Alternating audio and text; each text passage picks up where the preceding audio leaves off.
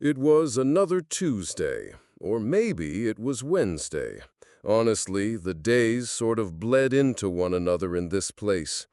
I was standing in front of the chipped, stained mirror in the bathroom, trying to get the knot of the cheap tie just right.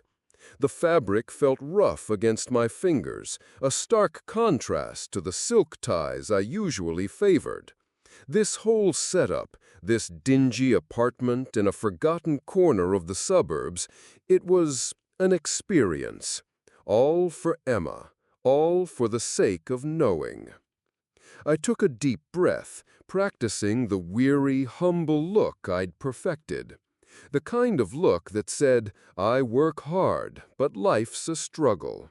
Emma loved that. She saw something noble in it, something genuine. And I was, genuinely, a master of genuine, or at least the appearance of it. I adjusted the tie, my eyes fixed on my reflection.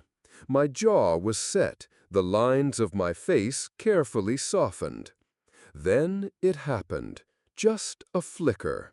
A shadow, quick and dark, moved in the mirror, directly behind where I stood. I froze, my breath catching.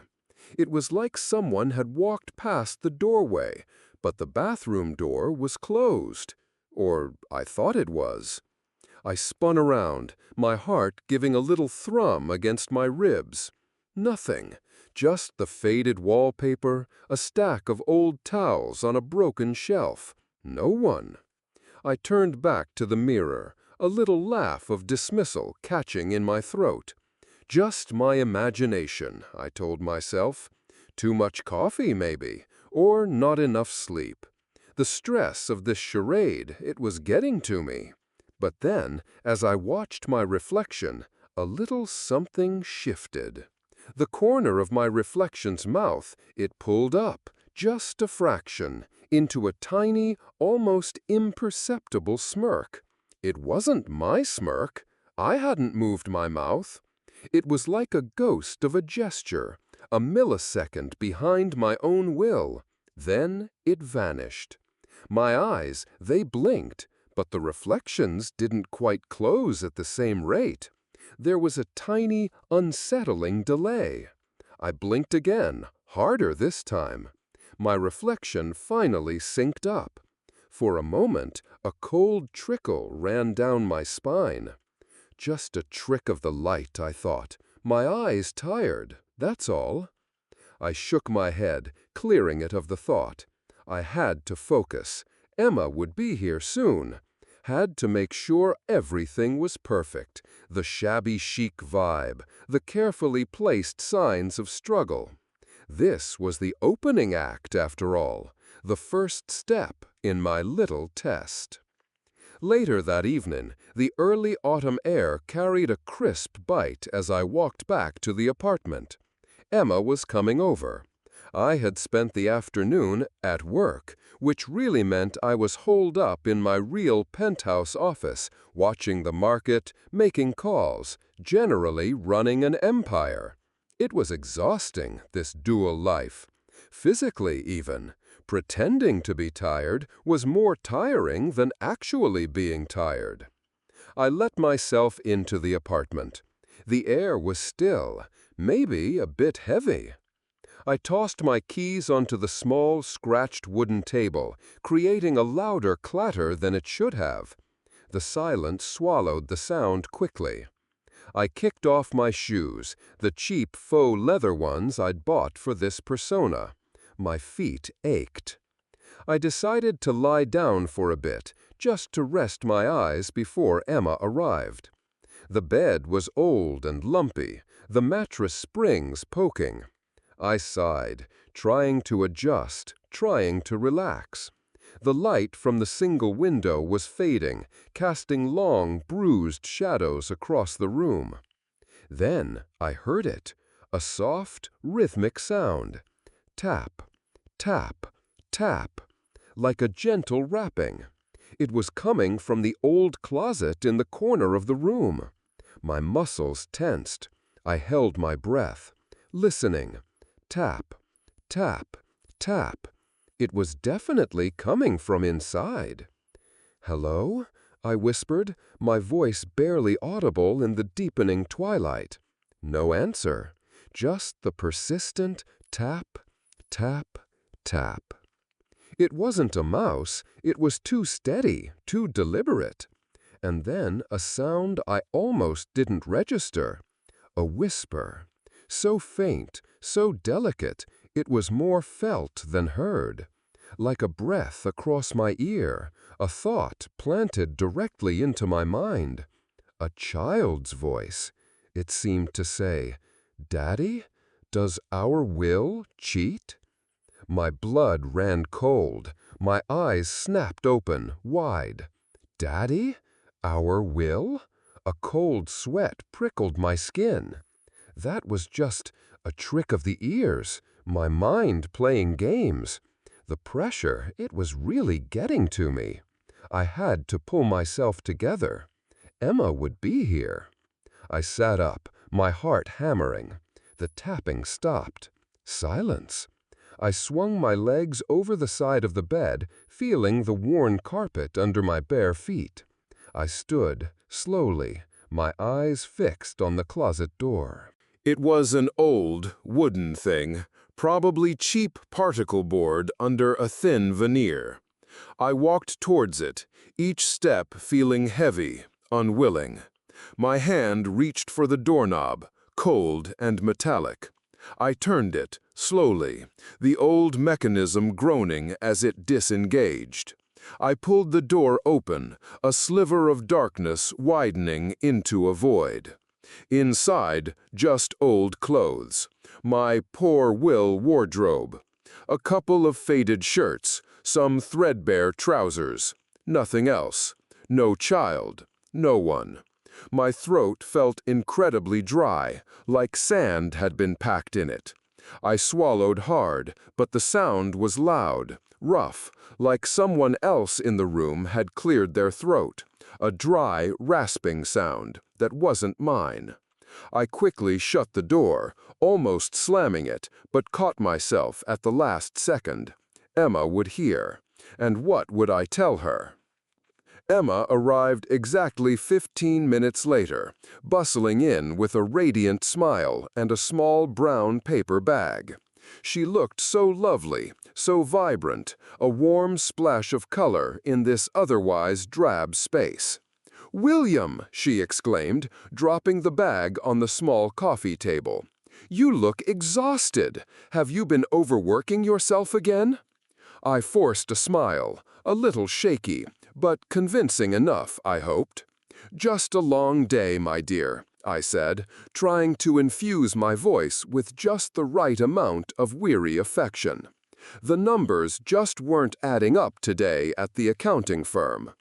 Another lie. She believed me, of course. She always did. She pulled a small ceramic bird statue from the bag. It was a simple thing, painted in muted blues and browns, quite delicate. "A housewarming gift," she said, her eyes sparkling. "I thought it would bring a little cheer to your cozy abode." Cozy abode, a polite euphemism for this dump. I took the bird, pretending to be touched. "Oh, Emma, it's lovely. Thank you." I placed it carefully on the mantelpiece above the non-working fireplace, where it stood out like a beacon of misplaced beauty. We spent the evening talking, me weaving tales of my struggles, her listening with thoughtful, empathetic eyes. It was a performance I was getting better at with each passing day. But then, as she got up to fetch some napkins from the small kitchen, it resurfaced. I was sitting on the sofa, a half-empty mug of coffee cooling on the table in front of me. The liquid was still, reflecting the dim light from the single lamp. Then, the surface of the coffee began to ripple. Gently at first, then more pronounced. There was no breeze. No one had touched the table. Just the ripples, expanding from the center. And in the murky depths of the coffee, in that distorted reflection, I saw it. Emma's face. But it wasn't her vibrant, youthful face. It was twisted, older, the skin sagging, eyes hollowed out, a look of profound despair etched into every line. It was only for a flash, a blink of an eye, and then it was gone, the ripples settling. My hand jerked as though shocked. The mug slipped from my fingers, plummeting toward the floor. The ceramic shattered into a dozen pieces, coffee splashing across the threadbare rug. The sharp, piercing sound of the breaking mug echoed in the small room. Emma rushed back from the kitchen, her eyes wide with alarm. "William, what happened? Are you all right?" I stared at the broken shards, my breath coming in short, ragged gasps. I could still see that face, Emma's face. But not Emma's. Not the Emma I knew. The true Emma was standing right there, looking at me, her brow furrowed with concern. "Oh, Emma," I stammered, forcing a clumsy smile. "Just clumsy, I suppose, and tired, so very tired," I said. I bent down, pretending to clean up the mess, my hands trembling slightly. It just slipped. Her eyes lingered on me, a question in them, a hint of something deeper. She knelt beside me, helping pick up the larger pieces. I avoided her gaze. I knew what I had seen, and I knew it wasn't just tiredness. It was something else, something utterly wrong. After she helped me clean up the broken mug, she decided to stay a little longer, watching a bad movie on the old television set. She kept looking at me, though. I could feel her eyes, trying to understand.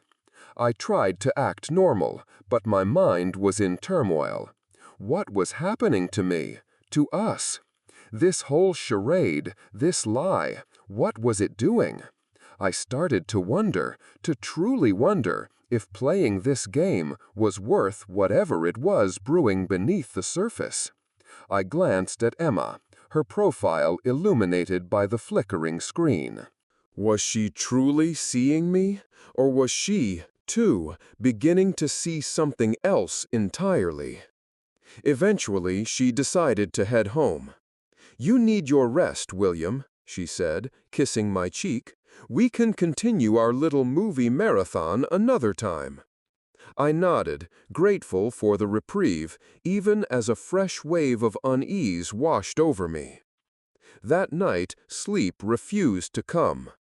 Every creak of the old building, every distant car horn seemed amplified, ominous. My mind raced, trying to logically explain what I'd experienced. The shadow, the smirk, the child's whisper, Emma's face in the coffee. Stress, definitely stress. The intense pressure of maintaining this elaborate deception. My brain was probably just conjuring things, filling in the blanks. Yeah, that had to be it. I finally got out of bed, feeling restless, a strange chill clinging to my skin despite the apartment's stuffy warmth.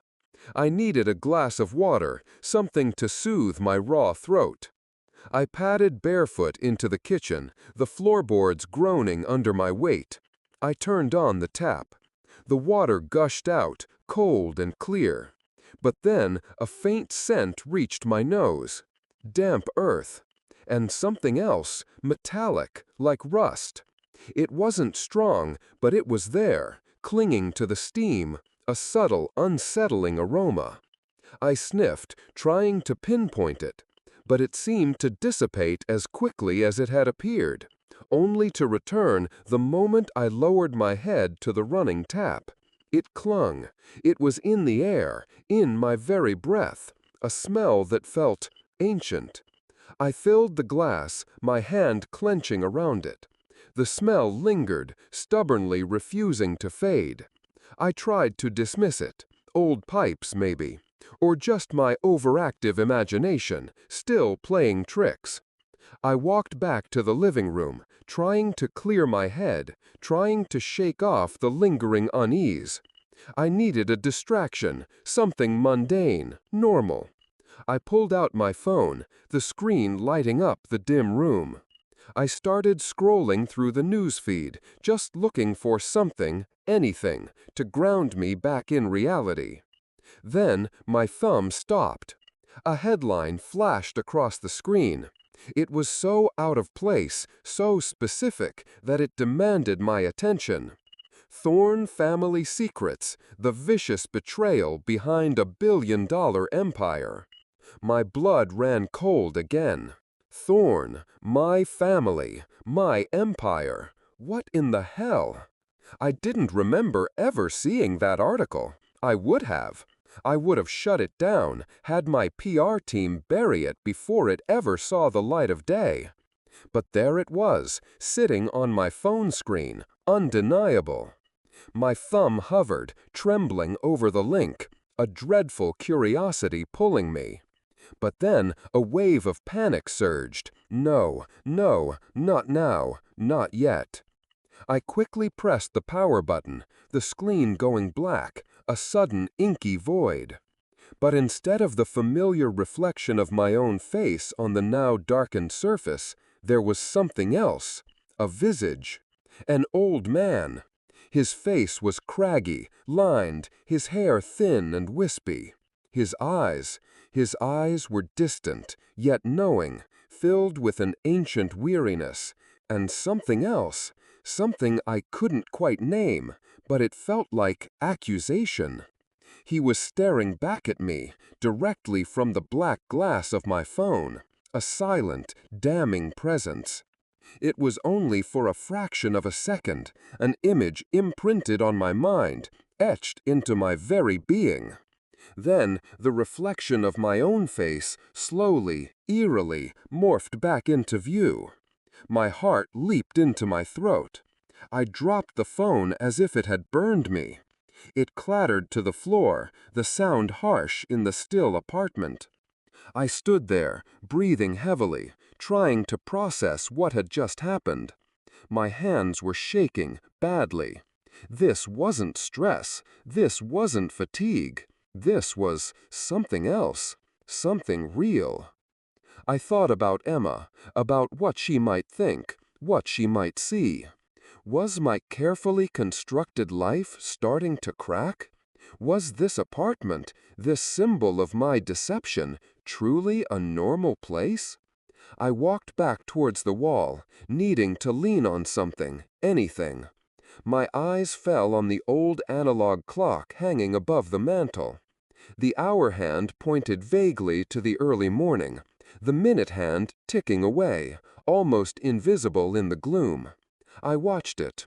The second hand swept by, smooth and steady. But the minute hand, it wasn't moving forward. It was moving back. Slowly, deliberately. Click. 1 minute back. Click. 2 minutes back. Click. 3 minutes back. My eyes widened in disbelief, fixed on the absurd movement. Everything else in the room was still, but the minute hand was defying every law of physics, every law of sanity. 3 minutes. And then, as if it had played its little game, it clicked back forward, fast-forwarding through those 3 minutes, landing back on the exact current time. And then it resumed its normal forward motion, as if nothing had happened, as if it had merely blinked. I stood there frozen, blood like ice in my veins. My rational mind screamed for an explanation, for a trick of the light, an optical illusion.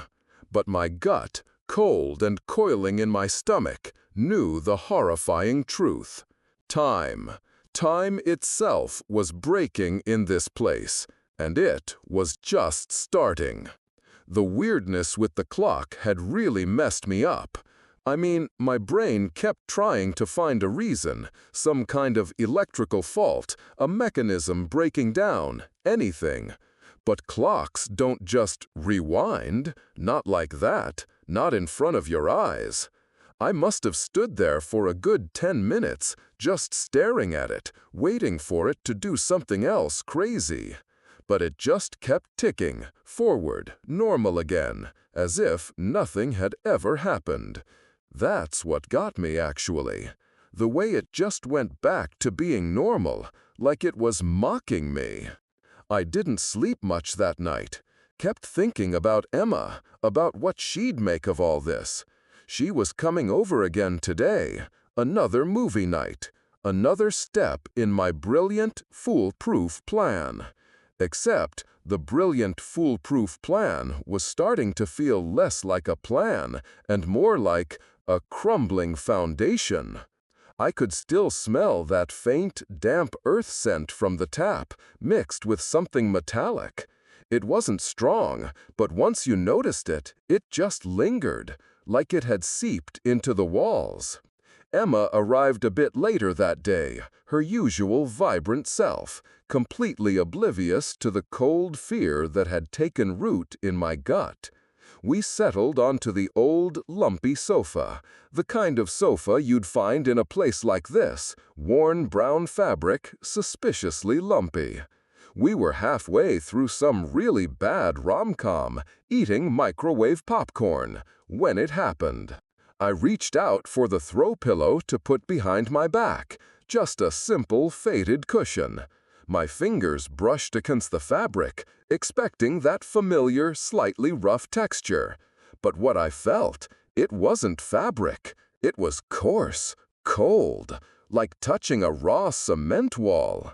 My hand jerked back so fast, I almost knocked the popcorn bowl over. Emma looked at me, a quick, curious glance. "Everything all right, Will?" she asked, her eyes on the screen. Yeah, just a bit of a cramp," I mumbled, trying to make it sound believable. I looked at the cushion again. It was just a cushion. Brown fabric, faded. I touched it again, slowly this time. Soft, normal. My fingers felt the faint fuzziness of old cotton. Nothing cement-like about it. My heart was thumping. I sat there, trying to convince myself I had imagined it, that my hand was just numb, or I'd somehow misjudged the texture. But that cold, gritty feeling, it was so distinct, so real. Later, Emma got up to grab another glass of water from the tiny kitchen. I heard her footsteps, then the clink of glass against glass as she presumably took one from the cupboard. Then a peculiar sound.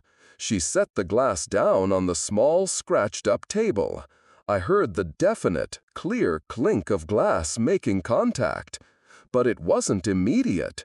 There was a weird, almost imperceptible delay. A fraction of a second, but it was there. Like the sound had to travel through something thick, then echoed in from somewhere else, somewhere far away, before it finally reached my ears. Emma chuckled, a little nervous sound, like she was brushing off something odd. "William, did you hear that?" she called out. "My glass just clinked in slow motion or something. Weird." I forced a laugh that felt incredibly fake, my throat tight. "Must be the acoustics in this place, Emma," I yelled back, trying to sound breezy. Inside, I was cursing. This was getting ridiculous, and it was getting harder to cover up. She was noticing things now. She was actually hearing them. I woke up really early the next morning. The sun wasn't even properly up, just a pale smear of gray light through the grimy window. Emma was still asleep beside me, her breathing soft and even. I felt a need to just get up, to move. My brain wouldn't stop churning over the cushion, the delayed clink, the damned clock. I needed a shower. Maybe a hot shower would make things feel normal again. I slipped out of bed, careful not to wake Emma. The floorboards groaned a little, a low, complaining sound, one I'd grown used to since moving into this cozy abode. I padded into the bathroom. It was tiny, just a sink, a toilet, and a stand-up shower stall. I closed the door behind me. I turned to face the mirror, letting the water warm up. I was still half asleep, really, just going through the motions. But as I turned, my eyes caught something. The bathroom door. The one I had just closed. It looked off. It wasn't flush with the wall like it should be. It seemed to have receded, pushed back into the plaster, creating a short, narrow hallway where there should only be wall. My breath hitched. I just stood there, staring. It was maybe a foot wide, this impossible hallway, and it was dark, pitch black at the far end, no light at all. And it hadn't been there. It could not have been there. My heart hammered against my ribs, a dull, frantic rhythm. I took a step forward, then another, drawn in spite of myself. The air in there felt different, cooler, dense. And then I saw it. At the very end of that impossible dark corridor, a tiny, glittering point of light. Like a star, almost. But it wasn't a star. I knew that glitter. It was the facet of a diamond. My mother's ring. The one she'd always worn, then left to me. A massive, ostentatious thing. So much history. So much money wrapped up in that stone. I took another step, my arm reaching out, wanting to touch it, to confirm it was real, to pull it out of that shadow. But as my foot landed, the hallway seemed to stretch. It didn't just stretch, it doubled in length. The little diamond gleamed, now twice as far away. It was an optical illusion, I told myself. It had to be. Then a whisper. So clear this time, closer than any whisper I'd heard before.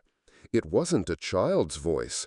It was a chorus, many voices, dry and scratchy, speaking as one. "Your greed," it hissed from the depths of the impossible hall, "will build inescapable walls." What the hell?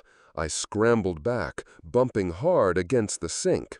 The porcelain was cold against my back, startling me. I wheeled around, eyes wide, fixed on the doorway. And it was gone. Just a normal bathroom door, flush with the wall, no hallway, no depth, no glittering diamond.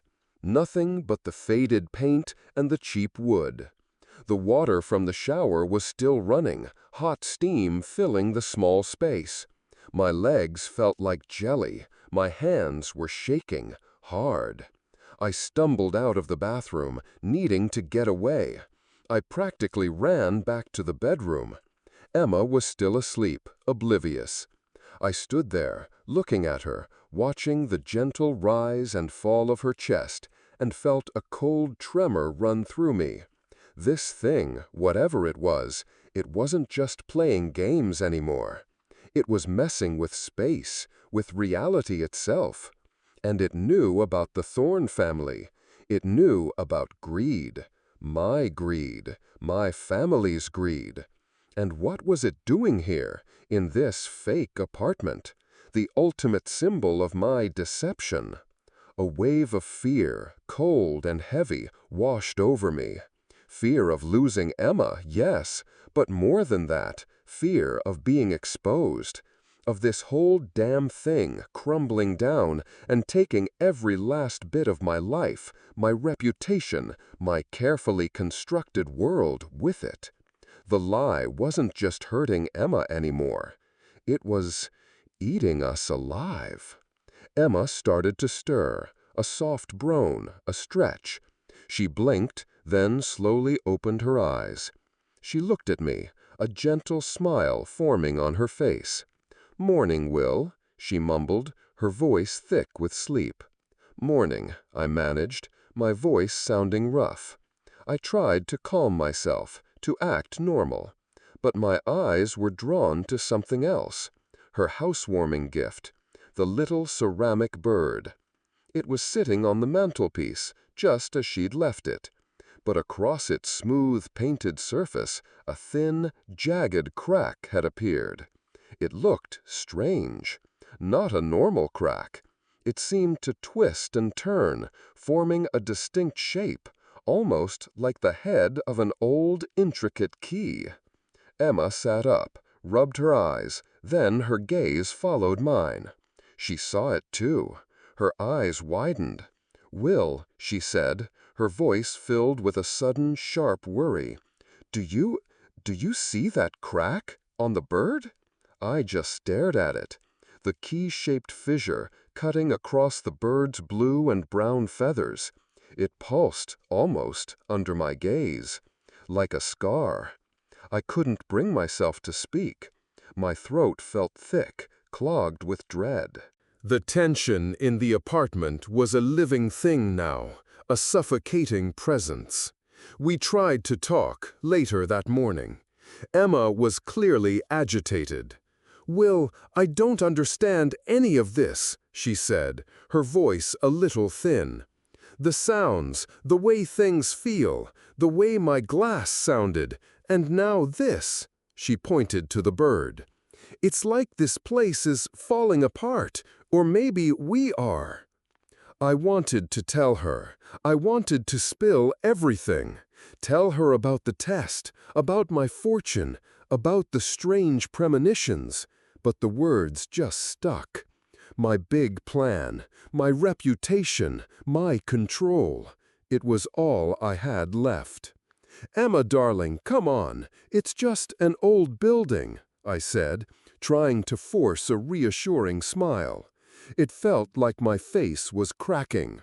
"Maybe it's settling. Old pipes, weird sounds, the lights playing tricks on us, that's all. You're just tired."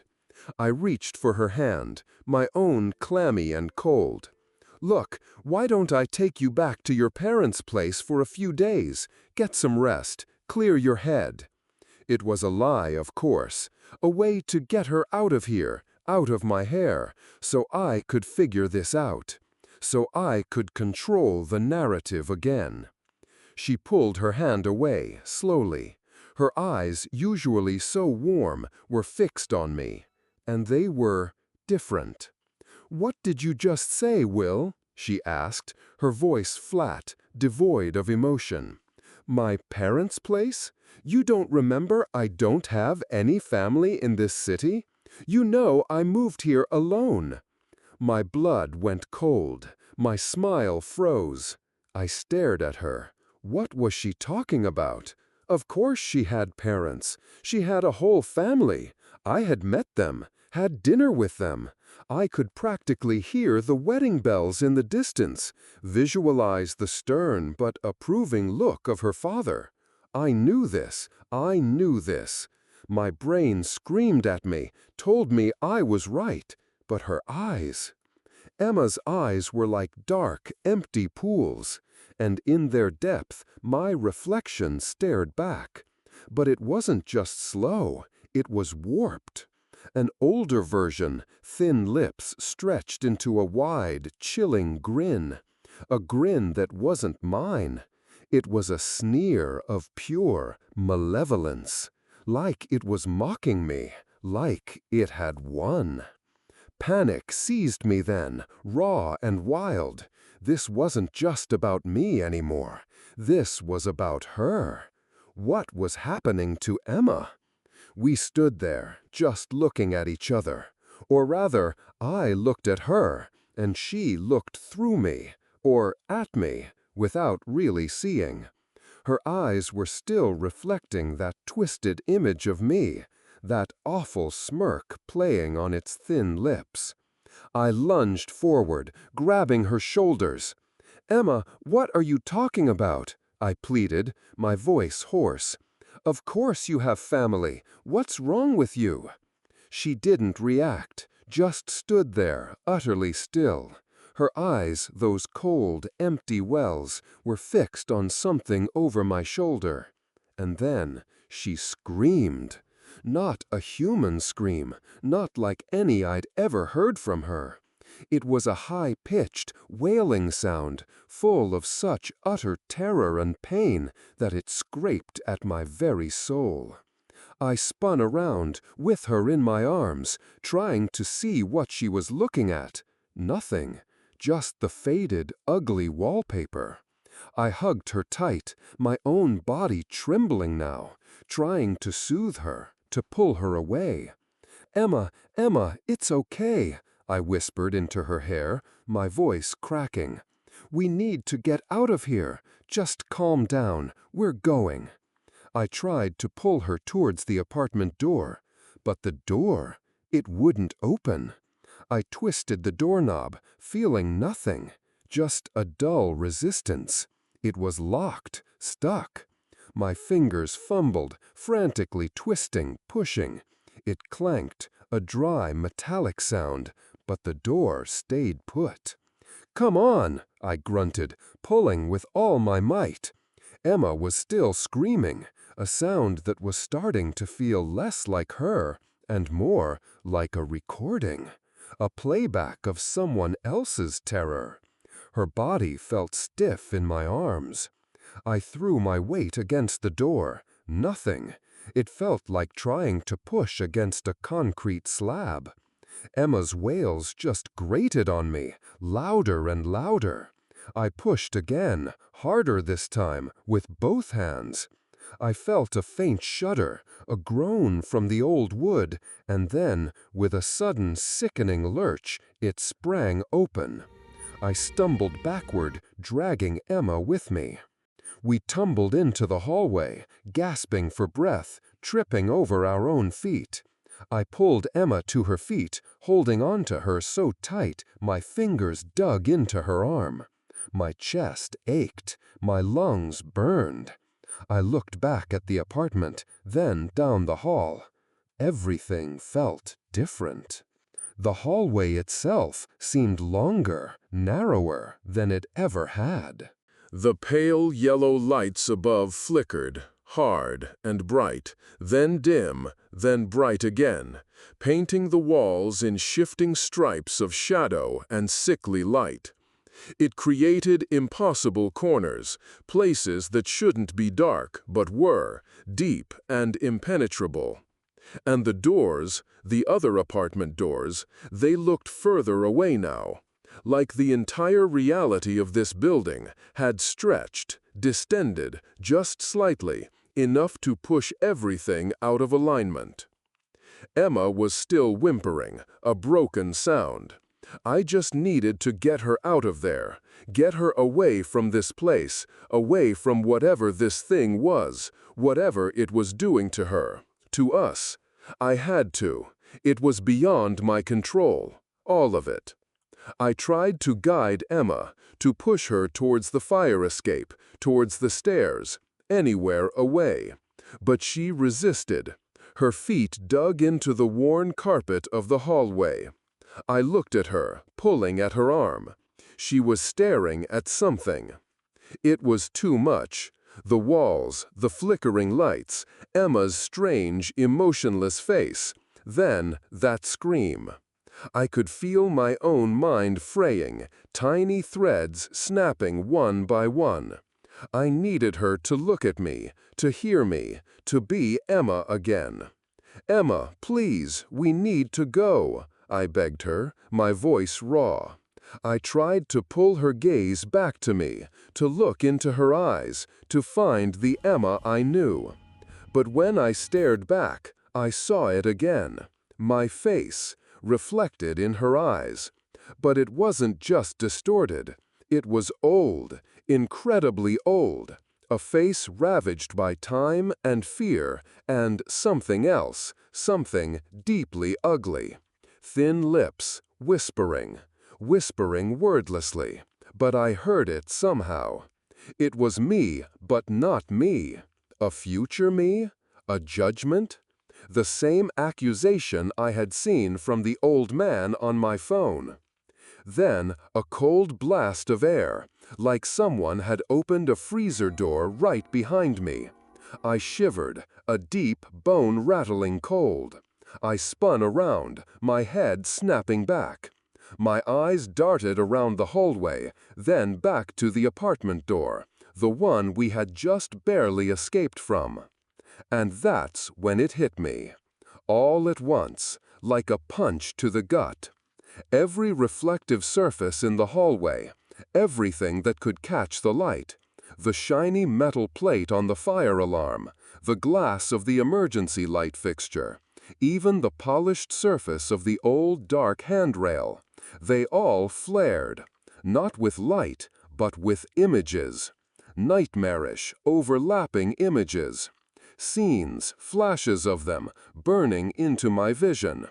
I saw the Thorne family crest, warped and broken.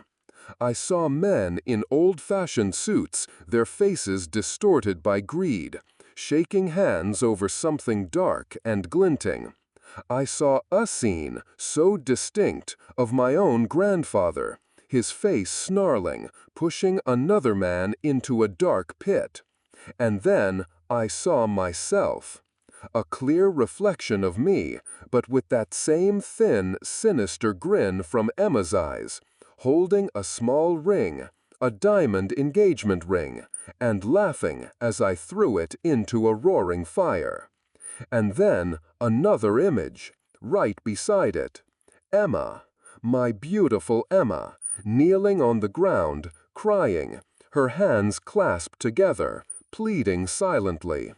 Her face was contorted in absolute despair, and she was looking up, looking at my reflection, the one laughing, the one throwing the ring. "No!" I cried out, my voice tearing from my throat. My head was spinning. The images flickered, multiplied, reflections within reflections, a dizzying, sickening kaleidoscope of betrayal and torment. All of it from my family. All of it about the lies. And now it was about me, my lie, my test. I finally managed to pull Emma away, dragging her down the hallway. My legs felt heavy, but I ran, half carrying her, away from that apartment, away from those images, away from the screaming chorus in my head. We burst through the heavy glass door of the building's entrance, out into the cool, early morning air.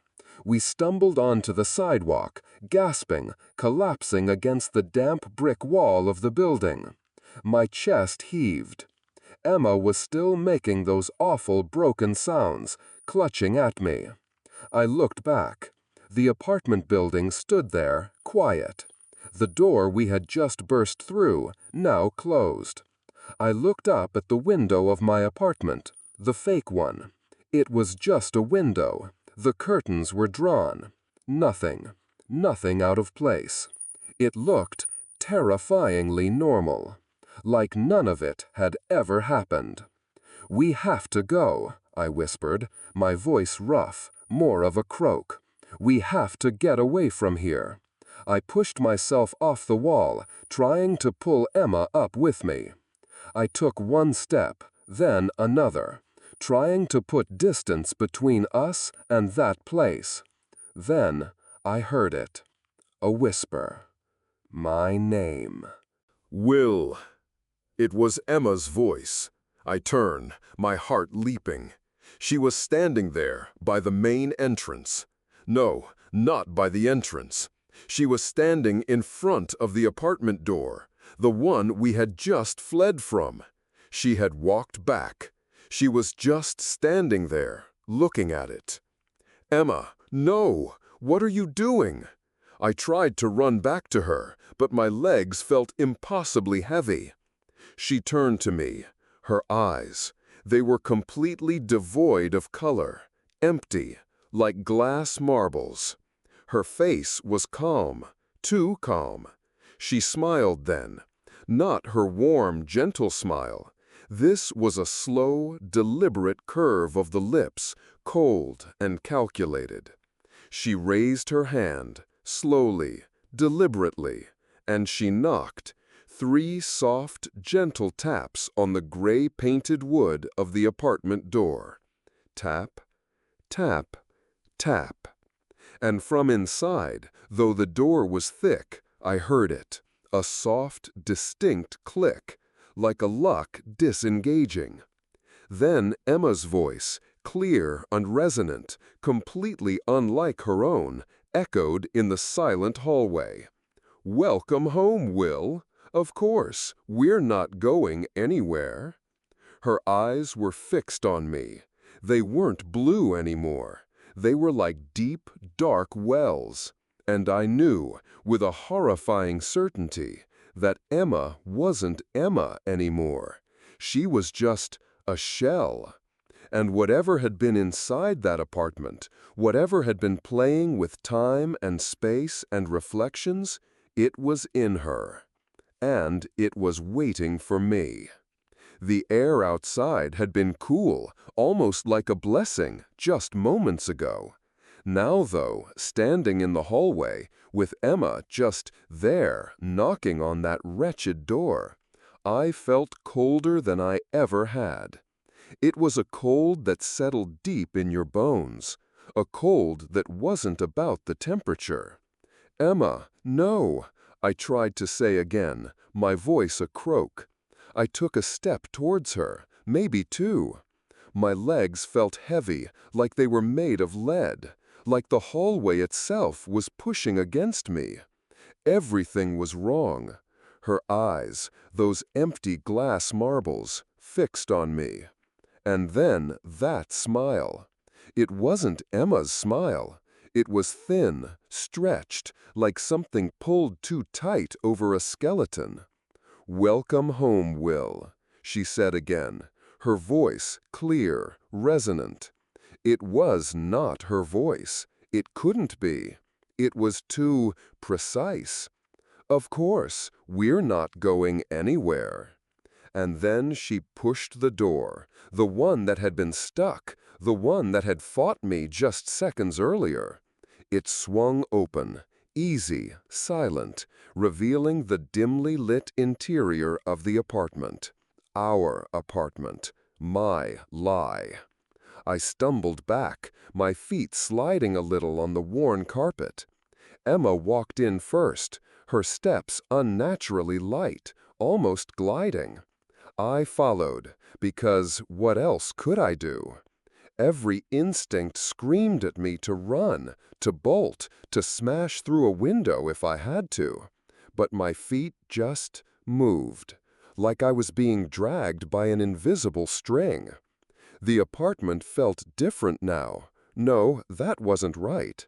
It felt more like itself, more authentically wrong.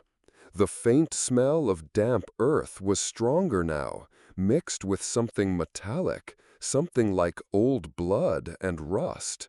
It clawed at my throat. Emma didn't go to the sofa. She didn't look at me. She went straight to the small, cheap mantelpiece. The ceramic bird, her housewarming gift to herself, still sat there, the key-shaped crack pulsing faintly under the dim light. She picked it up, her fingers tracing the fissure.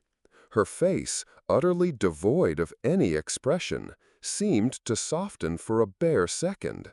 A trick of the light, maybe? No, probably not.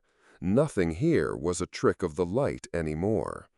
I stood in the middle of the living room, watching her. My head pounded. I needed to call someone, anyone. I pulled my phone from my pocket, my fingers fumbling with the screen. No signal, just a little cross in the corner. I tried to dial again and again, but nothing happened. The screen flickered, and then there it was, my face, staring back at me. But it was just that same distorted, hateful grin from Emma's eyes. It filled the whole screen, expanding, the eyes dark, empty, mirroring her. I dropped the phone. It clattered to the floor, the screen cracking. The image of my terrible, grinning face shattered into dozens smaller, equally hideous faces. Emma turned slowly from the mantelpiece. She was holding something in her hand now. She hadn't moved from there. but she was holding an old, faded photograph. I recognized it. It was from years ago, a family reunion. Me, my father, my grandfather, all standing stiffly, dressed in our expensive suits, in front of the old Thorne Manor. Our home, the real one. She held the photo up, her gaze fixed on it. Then she looked at me. No, she looked at the photo, then at me. Her eyes, those empty pools, drifted back to the photo. She stroked the picture with her thumb. It was my father in the photo, standing there, next to me, a proud, powerful man. But as Emma's thumb brushed over his face, I saw it. His eyes. They weren't his usual cold blue. They flared. A quick, horrifying flash of amber, like a wolf's eye. Then normal again. A trick. It had to be a trick. But then it happened again. Amber, then normal. My mouth was dry. My throat felt constricted. This wasn't Emma. This couldn't be Emma. Emma, I whispered, my voice barely there. Emma, please, are you okay? I took a tentative step towards her. I needed to touch her, to shake her, to bring her back. Maybe if I just held her tight enough, the Emma I knew would somehow push through. I reached out, my hand trembling, aiming for her arm. My fingers made contact. And it wasn't her. The warmth, the softness, the familiar skin, it was gone. What I felt was smooth, cold, like touching a slab of polished marble.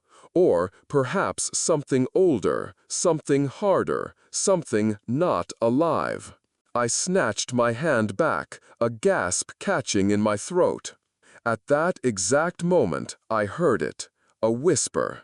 Not just in my head anymore. Not just from the walls. It was coming from her. From Emma's body. A faint, barely audible sound, like 1,000 dry leaves rustling or sand sifting. It was many voices, all speaking at once, so low I almost missed it. Not real, it hissed, over and over, from her, from within her. Emma didn't flinch. She just looked at me, those vacant eyes holding nothing. God, they were truly empty, like looking through someone, not at them. Panic started to bubble up inside me, a hot, bitter taste in my mouth. She was gone. She was truly gone. This thing, whatever it was, it had taken her. My Emma was gone, and it was my fault. All of it. This damned test, this stupid game. I needed noise. I needed something normal, something real. I lunged for the small, ancient television set in the corner, fumbling with the power button. Anything to drown out the whispers, to break this horrifying silence.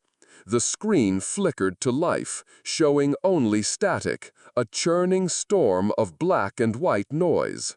A low hum vibrated from the old set. Then the hum changed. It deepened. The static on the screen began to shift, to ripple. And then they appeared. Faces, hundreds of them. My face, Emma's face, and others. Older faces, Thorne faces. Distorted, twisted, elongated, squashed. Nightmarish versions of my ancestors.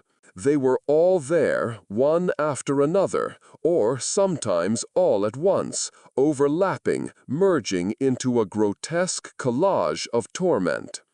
Each face was a scream, a silent scream, but I could hear it. A cry of accusation, greed, deceit, betrayal. I saw my father, his face snarling, not with the flash of amber, but with pure, ugly rage, pushing a woman, a young, pretty woman, down to her knees. She was pleading, her hands clasped. And my father just laughed, a soundless, horrifying laugh that shook the screen. Then the image shifted. It was me, a clear, damning reflection of me. I was standing over Emma, not the Emma I knew, but a broken, weeping version of her, holding a velvet box, an engagement ring inside. And I was laughing, that same cruel, cold laugh. Laughing as I threw the ring into a roaring, unseen fire. Emma's face in the image was contorted in absolute despair, looking up at my laughing, mocking reflection. It was all happening at once. My father, my grandfather, me, the whole damned line. A history of taking, of breaking, of deceit. It was all there, playing out on the television screen, in front of my possessed fiancé. "Stop it!" I screamed, my voice raw, breaking. "Stop! I'm sorry! I'm so sorry! I'll confess! I'll tell you everything! Please, just make it stop!" My knees buckled. I fell to the floor, my hands instinctively covering my ears, trying to block out the silent screams, the accusations that clawed at my mind. But the images didn't stop. They didn't even fade. They grew. They swelled, like liquid light pouring out of the screen. They didn't just stay on the TV. They spilled onto the walls, onto the ceiling, onto the floor. The paint, the cheap wallpaper, the scuffed linoleum, they shimmered, dissolved, and became vast, endless reflective surfaces. The apartment was gone. It wasn't a room anymore. It was a kaleidoscope. Walls, floor, ceiling, every surface was a mirror. And in every mirror I saw something new, something worse. Versions of me, versions of Emma, tormented, twisted, gaunt, screaming. Future versions of us, trapped in eternal despair, forever bound by the choices I had made. It was a horrifying vision of a fate sealed by my own actions, by my family's legacy. Every surface showed a distorted future, a future of pain and madness. The whispers, those faint rustling sounds, now roared. A collective accusation, 1,000 voices screaming, "Liar! Thief! Betrayer!" It vibrated through my very bones. I had tried to apologize. I had confessed. I thought, I don't know what I thought, that it would make a difference, that it would stop. But it just got stronger, so much stronger. It wasn't about forgiveness. It wasn't about saving face. It was about consumption. I had woken something that couldn't be appeased. My apartment wasn't just a place anymore. It was a lens, a twisted, monstrous lens reflecting every sin, every betrayal of my bloodline. My bloodline, my sin.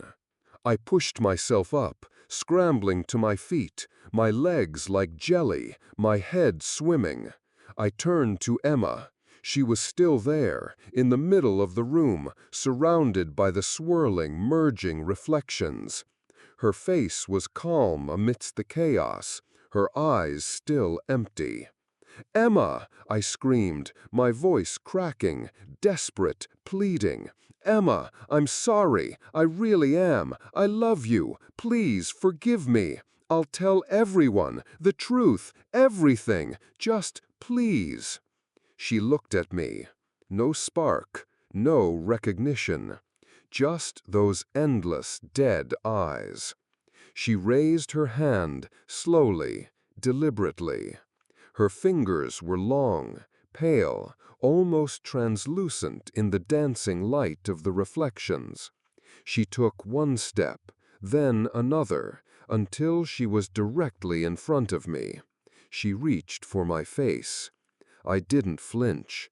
I just stood there, waiting, wanting it to be over, wanting her to be Emma again, even for a second. Her cold, marble-like palm touched my cheek. It wasn't a caress. It was a pressure, a faint, dissolving sensation. My body felt strange, not painful, just hollow, empty, like air was rushing out of me. I looked down at my hand. It was shimmering. Cracks appeared on my skin, intricate, spiderweb thin. Then my fingers began to break apart, not into blood or flesh, but into minuscule shards of glass. Tiny, glittering fragments floating in the air around me. They drifted away, caught in the currents of the swirling reflections that filled the room. My arm, my chest, my leg, they were all dissolving, turning into brilliant, sharp, beautiful pieces of mirror. I was coming apart. I was becoming one of them. And as my own vision fractured, splintered into 1,000 fragments, I looked into Emma's eyes one last time. There, in the depths of those cold, dark wells, I saw my own reflection. But it wasn't the melting, breaking version of me.